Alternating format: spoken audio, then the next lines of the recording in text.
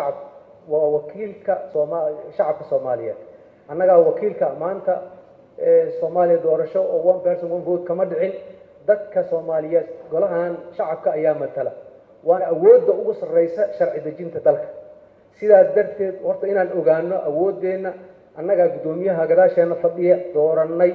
أننا مدحوينها عد كسيناي أننا سيدا وكالة أنسحناي حكومة iyo maartigulaha wasiirada sida darteed horta awoodeena inaan garanno oo mas'uuliyadeeda aan qaadano horta loo ka baahan yahay waxa la rabaa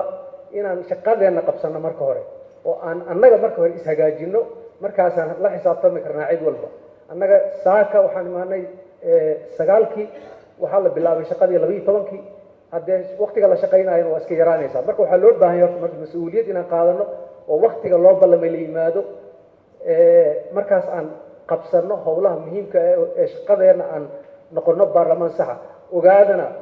kal fadhigii hore ee baarlamaanka shaqadiisa waxay ahayd doorasho madaxweyne mid xukuumadeed waxa lagu mashquulsanaa laakiin baarlamaanka Soomaaliya sida uu ekaanayo sida uu noqon doono waxa lagu ogaan doonaa kal fadhigan sida uu u dhaqmo sida darteed hadii la yiraahdo ajenda male iyo maaragtay shaqo ma jirto iyo baarlamaanka sidaas uu ahaan doona laakiin hadii kal fadhigan hadda aan ku jirno xubnaha baarlamaanku ay mas'uuliyad is saaraan dalka sida anaga noqono uu ekaan doona marka qof walba inuu ku xisaabtamo oo baarlamaanka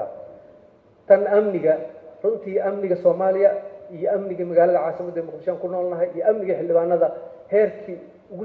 xumaayuu joogaa runtii maanta waxay joogtaa heer qof aamina la yahay meeshii ugu darnayd maaragtay ubucdii ayaa maaragtay qaraxiyo iyo dhibaato ay ka dhacayaan sidaa waxaa dheer تعديدا أي لقول ما يندك حلبان هذا وهذا ذكر عدو إليه وحال سميه جك بوينتيو كيلومتر أفر كيال وضد جاي كيال وحليه حلبان هل كان لك عيد المكو مركب كل جيسال لبينايا أمني جيس عيدي سعيد ما نقاضي سامجر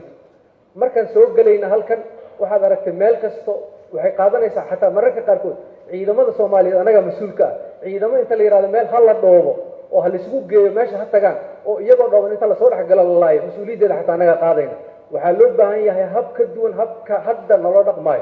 waxa la rabaa xildhibaanku inuu u fududaato inuu halkan soo galo wixii xasaanada sharcigaas ay ku qoran tahay sharcigaasna la raaco